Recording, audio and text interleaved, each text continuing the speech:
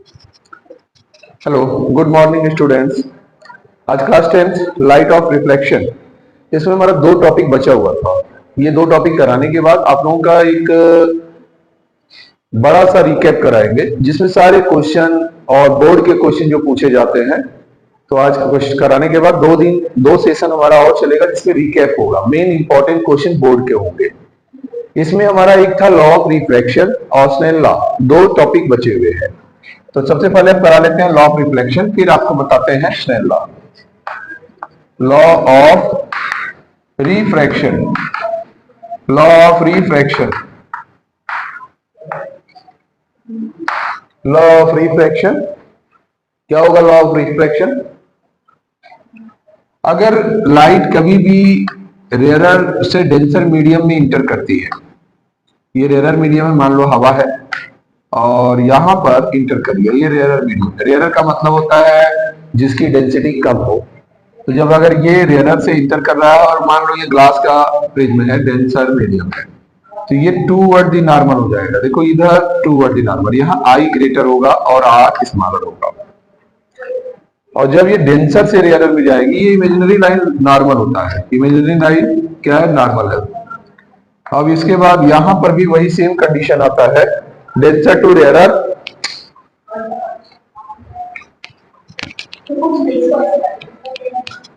आवाज नहीं, बार बार कह रहे हैं, वहां समझ में नहीं आता है एकदम। यहाँ पर डेंसर से, फिर से डेंसर से अगर रेयरर में होगा तो क्या हो जाएगा? Away from the normal, away from the normal. तो ये रेयरर मीडियम फिर हो गया। तो यहाँ पर इंसिडेंट एंगल हो गया और ये रिफ्लेक्टेड एंगल हो गया। तो इसमें लिखेंगे लॉ ऑफ रिफ्रैक्शन में फर्स्ट है, when light enter from rarer to denser medium, rarer to denser medium, it bend toward the normal, toward the normal। इस केसेस में हमेशा जो इंसिडेंट एंगल है ग्रेटर होता है। तो here angle i is always greater than angle r, ये greater होगा। और second point,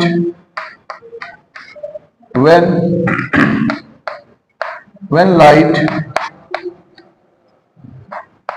enter from denser to rarer, अगर डेंसर से रेयरर में होगा, it bend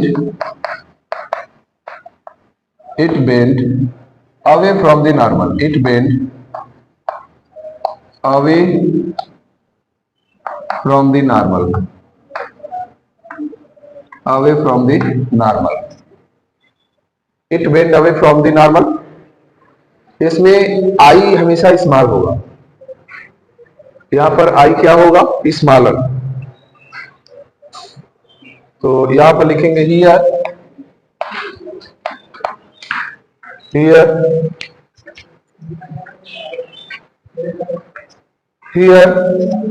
I is smaller than angle r, i is smaller than angle r. Angle i smaller हो गया, are से छोटा हो गया। तो ये है लॉ ऑफ रिफ्रैक्शन। इसमें कुछ क्वेश्चन आते हैं, स्क्रीनशॉट लेना है तो आप ले लीजिए, इसको इरेज करके इसमें क्वेश्चन बताएंगे, फिर स्नेल लॉ बताएंगे। अब एक बार रिकैप कर दे रहे हैं law of refraction. If light enter from rarer to denser, it bend toward the normal. देखो ऐसे सीधे जाना चाहिए, लेकिन ये सीधे ना जाके ऐसे जाना चाहिए इसको, लेकिन सीधे ना जाके किधर हो गया? Bend toward, bend toward the normal. ठीक है, तो यहां पर हमारा आर क्या होगा? छोटा होगा आई से। इसी तरह से जो है डेंसर से रेयरर में जाएंगे तो देखो अवे फ्रॉम द नॉर्मल, इसलिए हमेशा यहाँ आर ग्रेटर होगा। इसकी पहचान यही है। कई बार आप लोग देखते होंगे, ग्लास में वाटर भर दो, पेंसिल डाल दो, उसमें थोड़ा सा बेंड दिखेगा, या रेक्टेंगुलर प्रिज्म है, पेपर वेट का रख दो पेपर के ऊपर, तो पेपर के लेटर्स देखोगे लगता है कि जो है उसकी डेंसिटी, अगर उसकी डेप्थ 2 सेंटीमीटर है तो 1 सेंटीमीटर के ऊपर दिखाई देता है, लगता है कि बहुत ऊपर ही है, बहुत पतला सा ग्लास प्रिज्म है, जबकि ऐसा नहीं होता है। ऐसा क्यों होता है? Due to causes of refraction. तो अब आते हैं स्नेल लॉ पे, पहले इसका एक न्यूमेरिकल कर लेते हैं।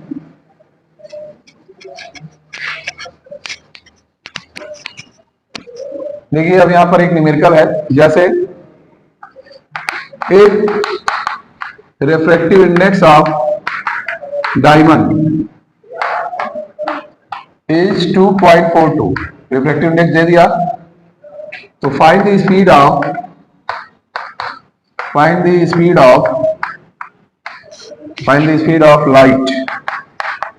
लाइट की स्पीड बताना है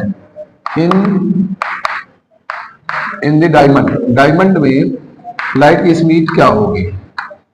find the speed of light in the diamond. कैसे करेंगे सोल्यूशन? इसका तरीका होता है refractive index equal to speed of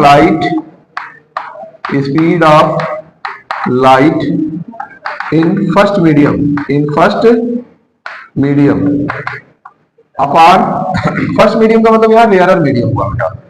first medium का मतलब होता है यहाँ रेयरर, और नीचे जो है डेंसर मीडियम। यहाँ वैक्यूम या एयर होगा तो रेयरर होगा। Speed of light in second medium का मतलब डेंसर मीडियम। तो यहाँ फर्स्ट मीडियम में ब्रैकेट में मैं लिख दे रहा हूं रेयरर, और सेकेंड में लिख रहा हूं डेंसर। तो अब देखते हैं रिफ्रैक्टिव इंडेक्स क्या है, 2.42। Speed of light first medium में क्या है, जो एयर में होती है 3.0 इंटू 10⁸ मीटर पर सेकेंड, ये लाइट की स्पीड है। और डेंसर मीडियम में जो है इनका निकालना है V2 मान लेते हैं, ये हमारा V1 है और ये V2 है। इसको हम लोग किससे दिखाएंगे? V1 से, और इसको किससे दिखाएंगे? V2 से। ठीक है, तो हमारा V2 यहां आ जाएगा और ये चला जाएगा नीचे। तो काउंटिंग कर लेते हैं। V2 इक्वल टू क्या हो जाएगा, 3.0 इंटू 10⁸ अपॉन 2.42 डिवाइड करते हैं, तो इसमें आ जाएगा 1.24, चाहे तो एक प्लेस भी ले सकते हैं, 2 प्लेस भी ले लो, इंटू 10⁸ मीटर पर सेकेंड। ये हो गया speed of light in diamond. Light की स्पीड डायमंड के अंदर ये होगी। तो आप इसका स्क्रीनशॉट ले लीजिए या कर लीजिए, और फिर स्नेल लॉ बताते हैं।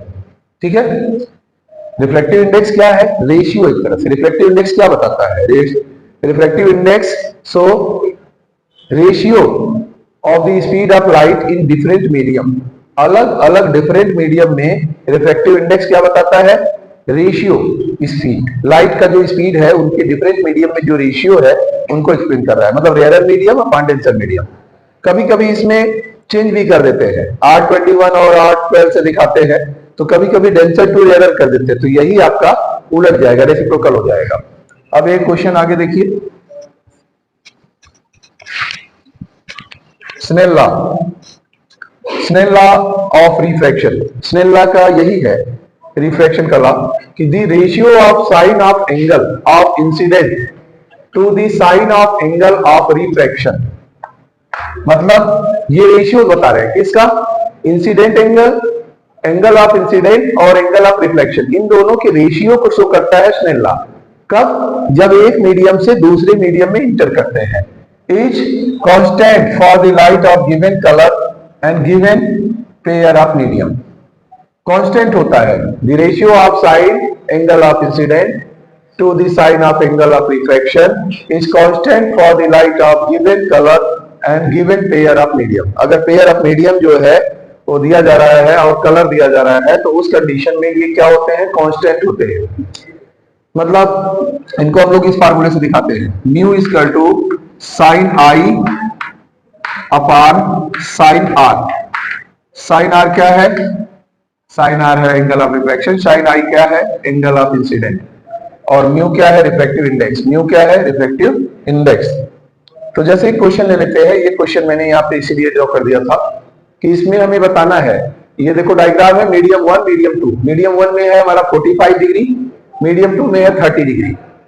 तो जब लाइट इंटर कर रहा है मीडियम 1 से 2 में, तो 30 डिग्री हो गया, मतलब मीडियम 2 हमारा डेंसर है और मीडियम 1 हमारा जो है रेयरर है।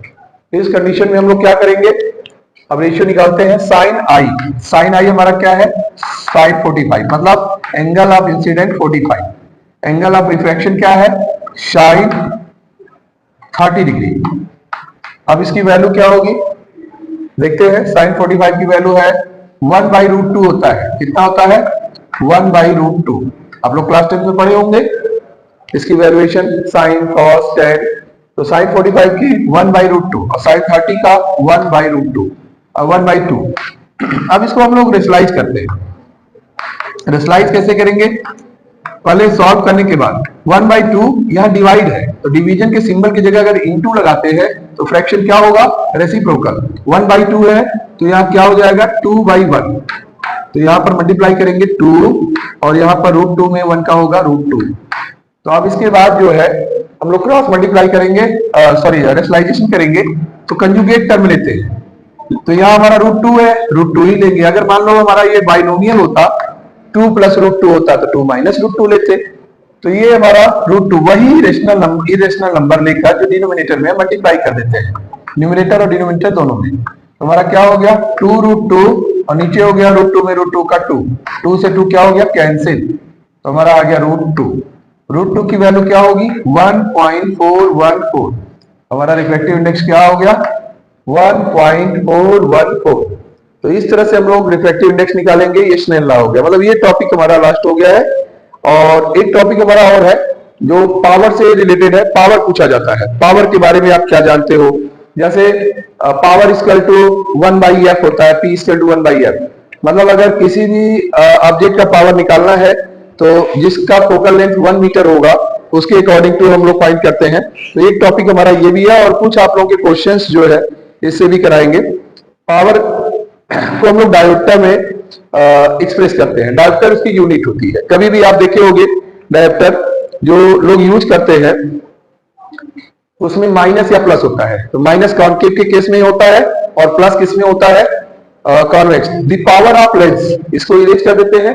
ये आपका ये भी यूनिट हम खत्म कर दे रहे हैं, स्क्रीनशॉट ले लीजिए इसका, तो ये आपका टॉपिक क्लियर हो जाएगा।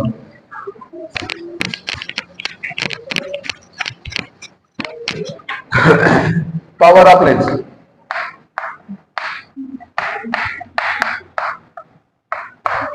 पावर ऑफ लेंस क्या होता है, पावर ऑफ लेंस के बारे में आप क्या जानते हो। द पावर ऑफ लेंस,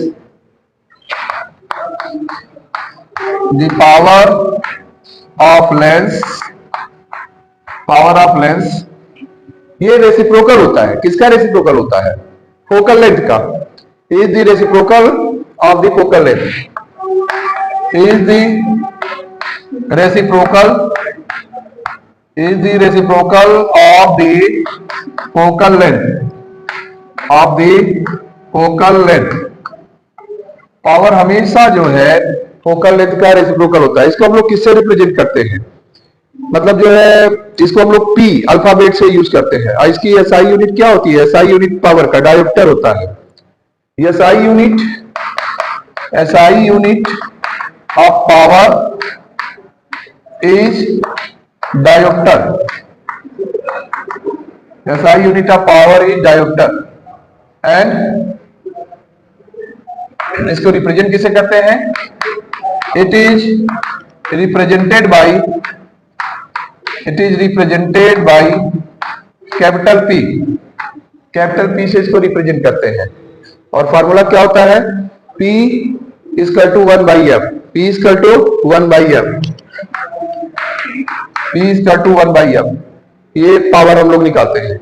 कई बार इसमें क्वेश्चन भी आ जाते हैं, पावर से रिलेटेड पूछे जाते हैं। पावर से रिलेटेड एक क्वेश्चन भी मैं आप लोगों को करा दे रहा हूं पावर से रिलेटेड, ठीक है, जिसमें पावर पूछा गया है। Find the power of concave lens, focal length 2 metre, focal length 2 metre. एक क्वेश्चन है, फाइंड द